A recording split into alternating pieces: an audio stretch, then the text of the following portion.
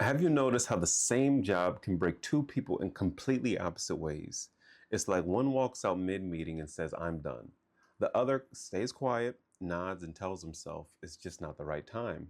Both are exhausted, both are fed up. One burns out trying to escape, and the other fades out trying to endure. You've seen it, or maybe you've been it. The moment that you finally hit your limit, but you can't tell if walking away means freedom or just a different kind of loss. And on the other side of that coin, the people who stay, not because they love it, not because it's working, but because safety started to look a lot like surrender. That's the quiet truth about work right now. Half of the people are quitting out of spite, and the other half are staying out of fear. Different reactions, same problem, no strategy. This isn't about loyalty or laziness. It's about being trapped between two extremes that both feel wrong. And the scariest part, we've started calling survival stability. But what if there was a third move, not quitting in rage, not clinging out of fear, but learning how to move with design, how to reclaim the structure before you make the move? And that's what we're talking about today, why revenge quitting and job hugging are just two sides of the same coin, and how to build the kind of strategy that makes either one unnecessary. Welcome to episode 31 of Everything Entrepreneurship with Kyle Jerome Carter, the place for ambitious professionals building their dreams in between meetings, after work, and before the sun rises. Chances are that you have picked your business model, you've studied and watched your favorite guru and expert, and they've told you what to do. Now, I'm here to teach you how to actually show up and do the work, even when you're not motivated and when life gets in the way. In this episode, we're talking about the two extremes shaping the workplace right now: revenge quitting and job hugging, why both are traps, and how to build the structure that gives you real freedom. Now, before I proceed, I want to define both of them so there's a clear understanding when I use the terms, right? So, rage quitting, when an employee abruptly leaves the job in a way that is intended to be disruptive or retaliatory towards the employer, often due to mistreatment, burnout, or a toxic work environment. Unlike a quiet resignation, it is a dramatic, emotionally driven action that can involve quitting without notice or leaving during the busiest time of the company. This can manifest in various ways, such as sabotaging systems, publicly criticizing leadership in a resignation email, or leaving immediately after receiving company-funded training. Now, job hugging is where employees stay in their current job out of fear of job insecurity in a weak job market. Rather than out of job satisfaction, it is a result of economic uncertainty and a sluggish job market, which has led to a decrease in job openings and increased employee apprehension about finding a new role. This can lead to disengagement, complacency, and lower productivity, as workers who are unhappy but feel stuck may lack motivation. Now, if you're a person that is just tired of your job, and it's understandable, whether you don't get paid enough, whether number one reason why people leave their jobs is money, the number two is management. If management treats you wrong or doesn't offer you a career path so that you can actually grow, or if you're just in a job that gives you no opportunity to make more money, no overtime, no commission, no anything else other than the 40 hours plus that you may work. Or if you're the person that's job hugging, that's like, you know what, this is fine. And you're trying to rationalize to yourself why you don't need to go out and find something else. You'd rather just keep this paycheck coming and get through this storm because there might be something better on the other side, even if that means committing another couple years to your job, right? Neither of those is healthy.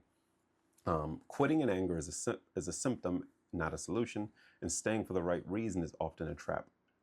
Before I dive into what you can do to combat this, regardless of what side of the coin or what side of the fence you find yourself on, I want to give a little bit of backstory. My last job, I quit September 10th, 2011, and I can remember it like it's yesterday. But the decision to quit that job happened a year and 1 month prior when I first got the job. So let me take a couple steps back. I started my last job with the intention of having a quit date in mind. I told my friends, I told my family, I'm going to stay at this job for 1 year and then I'm quitting because I'm going to get my business off the ground. And if you follow the channel, if you know me personally, you know I've said this story many times. My family thought I was exaggerating. Uh, they thought I was just not in the right mind, but I was very serious as to what I was going to do. I worked at a dealership, and before that, I worked at the bank. And when I was at the bank, I was saying, I don't know, this just isn't for me, right? And most people, they would say, this isn't for me, as in like, I don't like working for somebody else. I want freedom, all this other things. No, I never looked down on the owner of a business or the CEO. I always admired how they put a little bit more work in most cases, if not knowing somebody, and they were able to build something that could not only sustain and profit them, but their family, and they were able to provide something for multiple people. I always admired that. So my urge, my desire to run a business and to start a business of my own came from there, rather than I just don't want to work, i.e. early retirement for doing nothing, as a lot of people want nowadays. But as I got the job at the dealership, I said I had a quit date in mind. I said, I'm going to be here for 1 year, and after that, I quit. 6 years later, I'm here to tell you what to do right, what I did right, what I did wrong, what I wish I knew, all this other stuff. Because whereas I'm blessed to have left, started something, and to still be able to be here with that same business 6 years later, there's a lot of different things I could have done in preparing to leave and leaving and looking at my job and leveraging it that I want to convey to you guys, and that I convey to you guys through my content, Everything Entrepreneurship, right? But let me get back on track. So when I said that I had a quit date in mind, it was literally that. I'm going to quit. And that was regardless of how much money I was making. That's regardless of how much management liked me or didn't like me. That was regardless of my standing with any relationships or any well-being or anything like that. All I knew was, let me save up money. I'm going to leave and I'm going to make it work, as some people say, right? And I don't want that for you, because there's much more, there are many more strategic ways to go about it than that. Whereas my why was genuine, the execution of it could have been handled much better. And nowadays, especially post-pandemic, you see many people that either don't want to give their all to a job, or they just don't feel valued in any way for the work that they do, especially when they see friends, colleagues, peers, or people online that are just rich, because everybody's rich. Everybody can show you how to make $10,000 a month, even though that's not the reality. But people see that other people are tapping into and getting full salaries on a monthly basis. And many people want that. And that's why they start a business in some capacity, whether it's a side hustle or business, right? But for the person that's thinking about rage quitting or job hugging, what you can do right now to figure out what your best next step is. The first thing is, you have to understand that your job is a training ground that's paying you, a training ground for entrepreneurship in all reality. And though you might have clicked on this and you might not have the entrepreneurial aspirations, for the majority of you that do, just bear with me, right?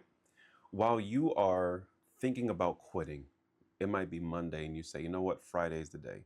I'm out of here. I'm just going to quit.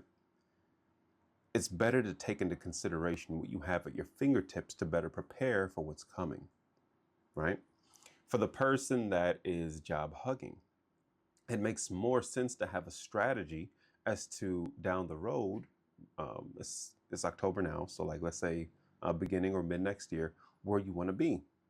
We're going to find that you need clarity to move proper. In order to know what your next best step is, you need clarity to make it happen, right? So once you realize that your job is a training ground that pays you, what I find, and now let me step into actual like consultation. So when I do a consultation and I let people know that on a deeper level, as in apply it to their actual selves and how they can go to work with a purpose and a plan to execute, then the gears start moving.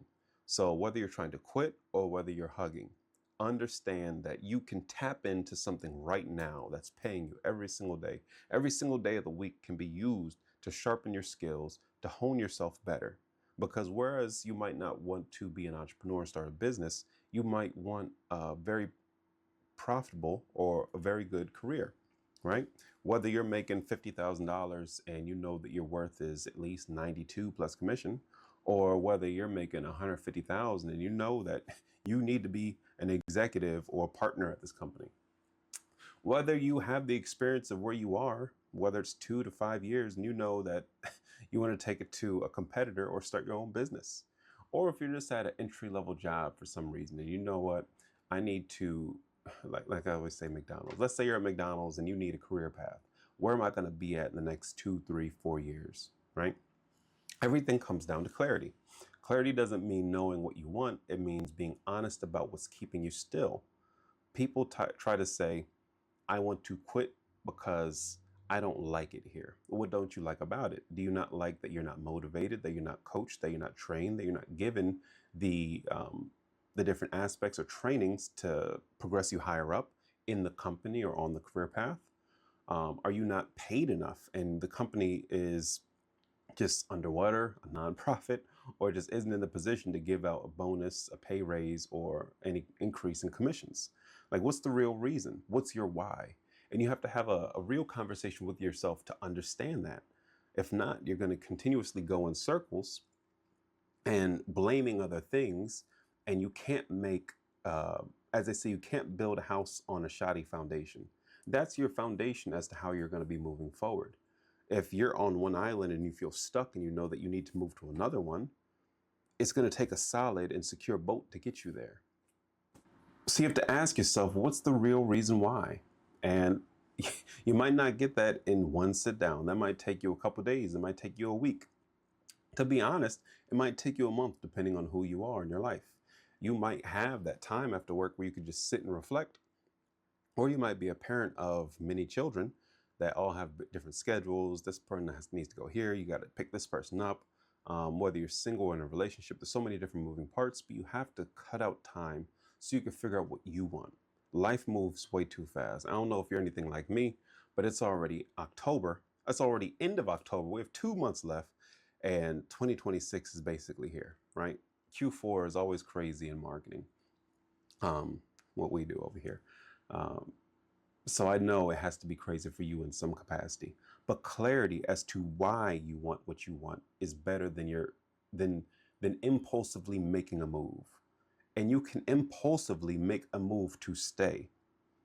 If you want to stay, make sure it's for a reason that you really want. If you want to leave, make sure it's for a reason that you really want, not because of somebody else, not because of something that you can control. And if you can control, what can you change? Oftentimes, what can you change about you, yourself, and your situation to make it better? That's the first thing we do.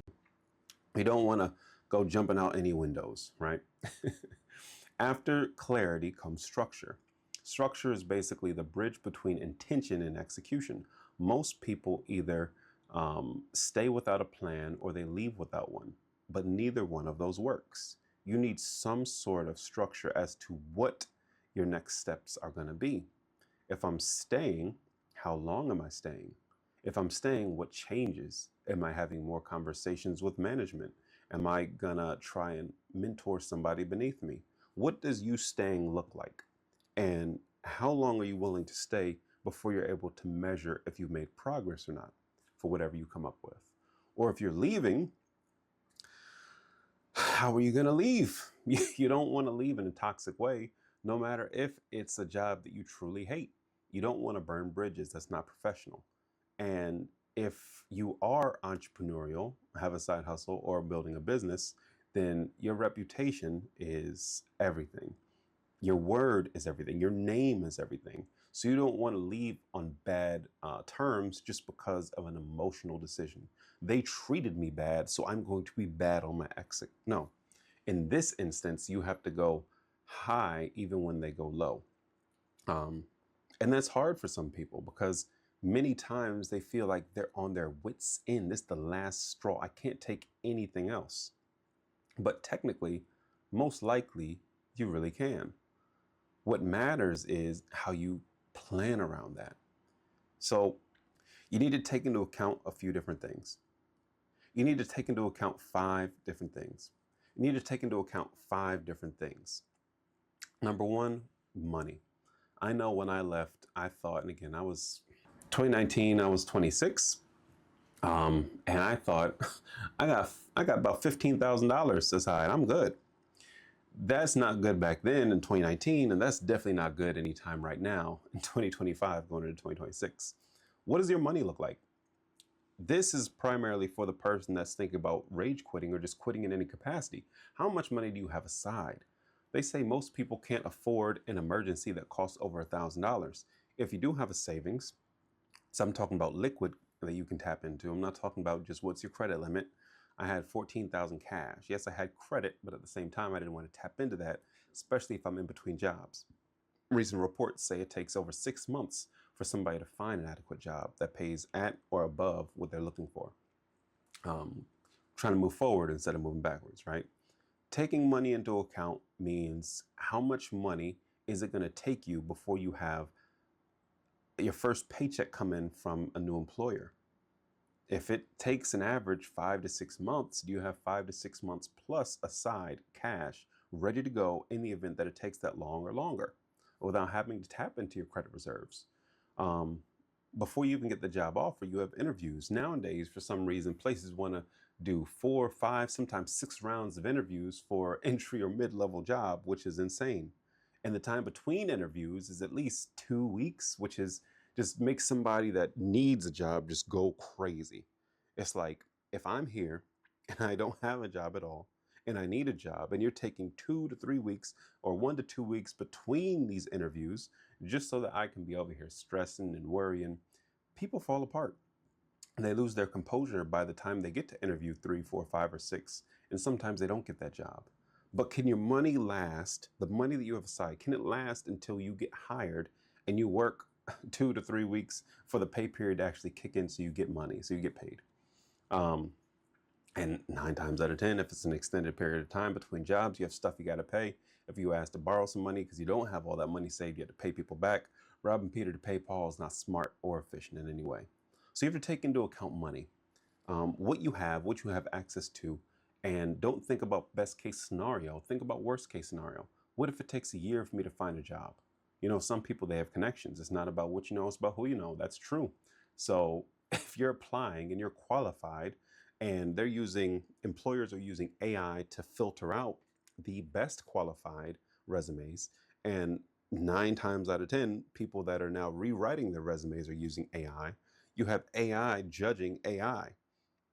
That doesn't make any sense, but you're up against at least a couple hundred other people sometimes in the same job that pays at or below what you were looking for. Heaven forbid you go for something up higher. Heaven forbid you go for something hybrid or remote, because they're phasing those out more and more and more. So you have to have a proper understanding of how much money it's going to take if you're going to lean into any cravings that you have, whether it's more food because you're more stressed out, whether you do have dependencies, if those are going to come into consideration. There's different things you have to think about the cost, as well as the cost of things rising. So that's money. Next is bandwidth. Bandwidth, I mean, what's your mental stability? Like, how stable are you mentally for this? If you're quitting a job, or even if you're staying in a job, let's do staying first. If you're staying in a job, you're hugging it. You said, I'm gonna hug it out. I'm gonna get past this, and I'm just gonna make it to this next, make it till things start getting a little cheaper. I'm waiting until I get another opportunity, whatever it might be. Do you have the mental bandwidth to go in these meetings, to smile, to give your best? Because if you're just going in cruise control, eventually somebody's going to end up finding that you're not as efficient for the company or the organization as you should be, and they might start looking at you compared to somebody else, and you just don't want that. For the person that's quitting, what's your bandwidth? Can you apply to multiple jobs every single day? I think Indeed makes it easy to apply, but in some cases you have to actually go to the actual website of an employer. And I remember from back in the day, and I know even more so now, that is a whole process. I know people that have been out of jobs for 3 months, 6 months, 9 months, almost a year.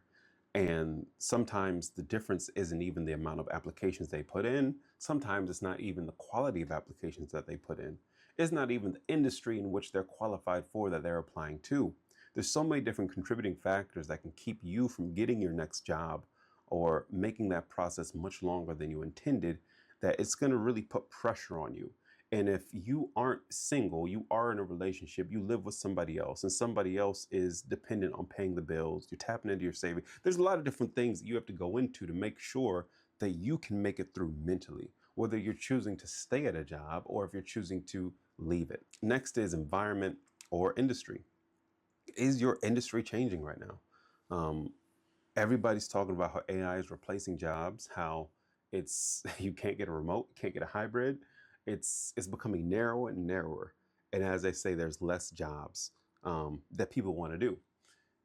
You have to take that into consideration. If you have 6, 7, or 2, 3 years of experience, and now a lot of jobs, I believe, are asking for at least 4 or 5 years in a specific experience on a specific CRM or system that they use. Heaven forbid you don't have that, then you're immediately unqualified. I think somebody should do, because I had to look into this for research, and then a couple people that I help in one-on-one consultations. Indeed is just rude.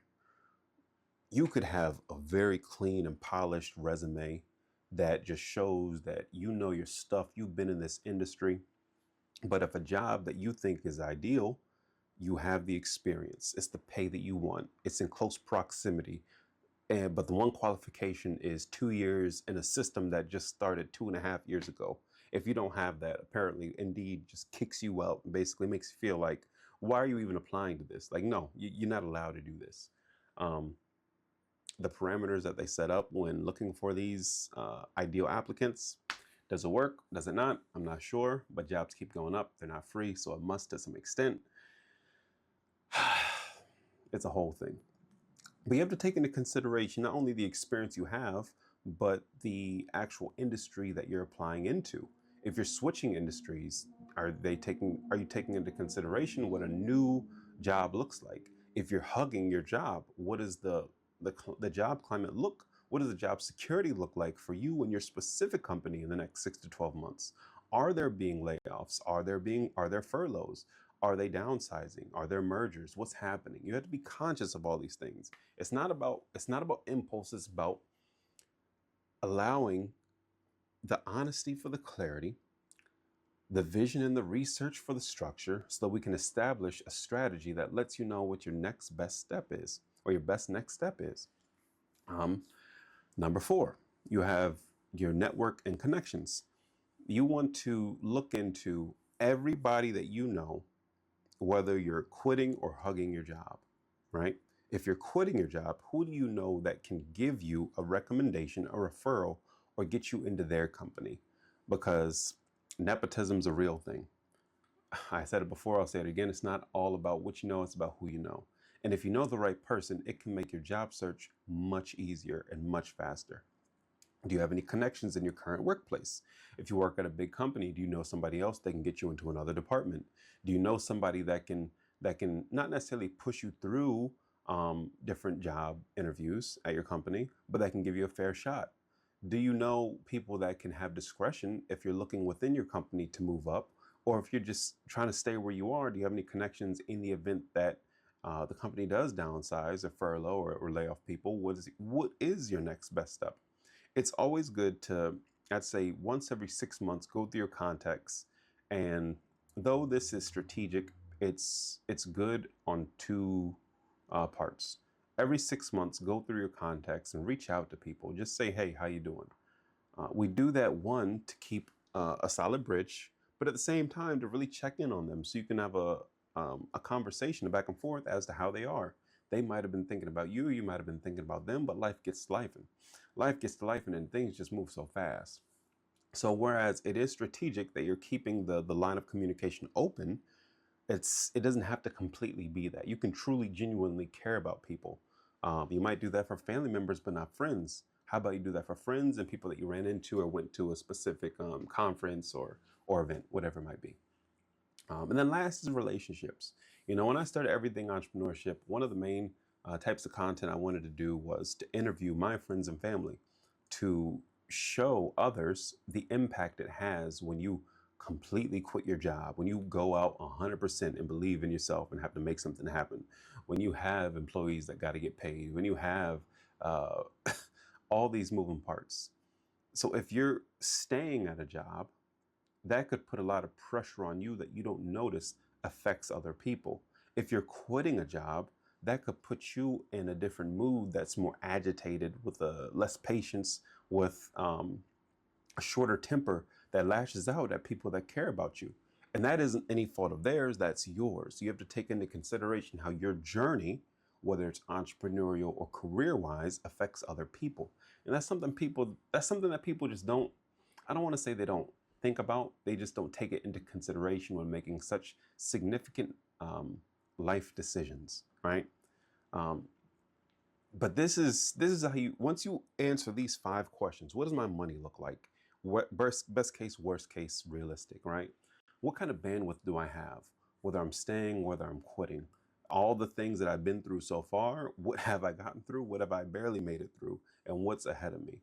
What environment or industry am I in? What's on the horizon for the next 6 to 12 months? Do I have any connections or in the industry? What's my network look like? Let me reach out to everybody just to see how they are, and actually catch up with people. And then how is this decision going to affect my relationships?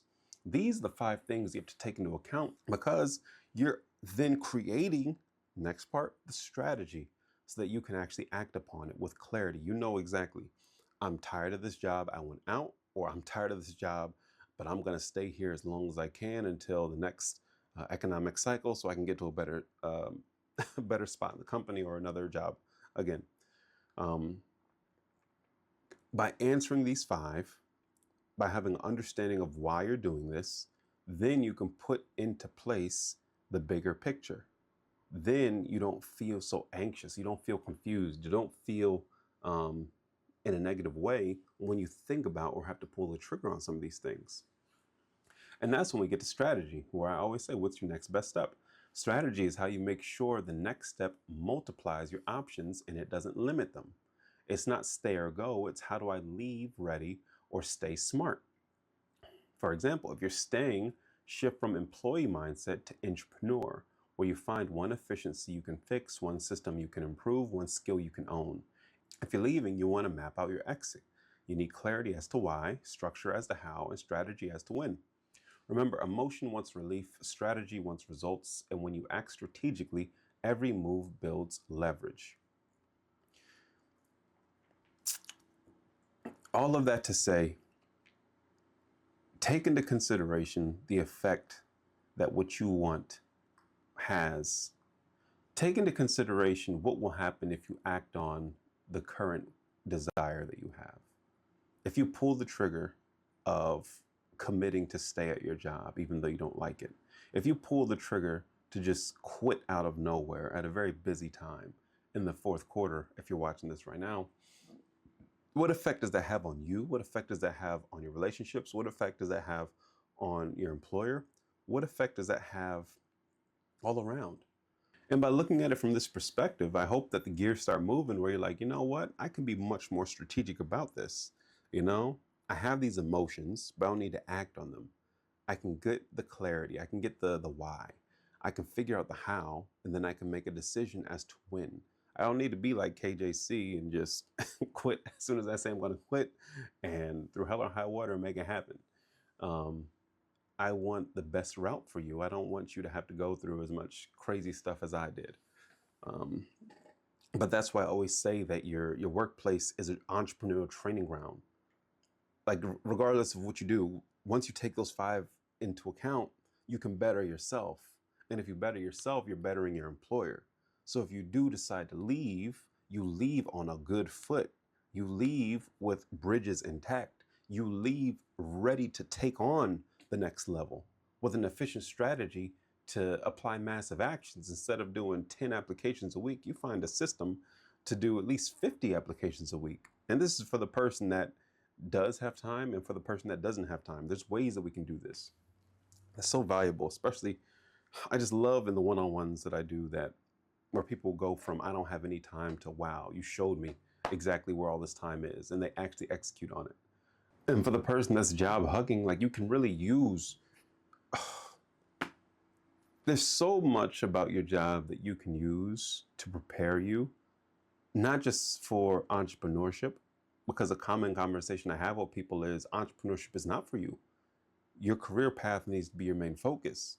But by leaning into the entrepreneurial aspects, going to work and being an entrepreneur, providing so much value in demanding progress in an organization or company, regardless, you have a case study, you have proof, you have leverage into a higher position there or in the same industry. But regardless of what you want to do or where you are, you have clarity, the steps, and you can make the decision at the moment that is needed. Whether you're going to pull the trigger on things now, next week, next month, next year, it all depends on you. It all depends on your perspective of these things, right? So I think this was a very good topic. I was reading up on this all week, and there's just so much tension between employers and their employees. And whereas if you've been following me for a while, you know I'm going to show you how to get the job done. I'm going to show you how to build the momentum. But I love the tie-in with these workplace dynamics, with the entrepreneurial actions needed. And by bridging the two, this is a fun place to be. Whereas I can talk about what's happening right now, give my perspective, and also tactics and steps that you can use that'll benefit you immediately as well as long-term. All that to say, I'm excited about diving into more of these. I'm doing much more research into who has it the worst right now in this job market. Gen X, Millennials, Gen Z, or what, or the one coming next, Gen Alpha. Yeah, but that's that. So that's that for that. I haven't transitioned into the second half of the show where I talk about me and what I've been up to. It's fourth quarter. It's crazy. As you already know, I'm over here going through it. But I'm excited about the content that I'm putting out. That's all I'm going to say. I'm excited about the content that I'm putting out. If you haven't subscribed already, but you made it this far, hit that button. Join the community, join the family, because what I plan to do is to be entrepreneurship's best kept secret until you guys expose me to the world, which is going to be even cooler. But I'm going to put a recap of this episode on my LinkedIn. If you haven't followed me there, go follow me on LinkedIn. I believe I might also put it in the show notes or the comments. I haven't decided what I want to do yet. So if it's not there, you might see a link either to my website or to book a one-on-one on how we can establish what your next best step is. But regardless, that's all I have for this episode. I wish I could just go for over an hour. And eventually I will. But right now I want to be more efficient, get on the topic, get off. And yeah, so if you're watching this, I hope you have a great rest of your week. Remember to focus on your next best step. And yeah, until the next video, talk to you guys later.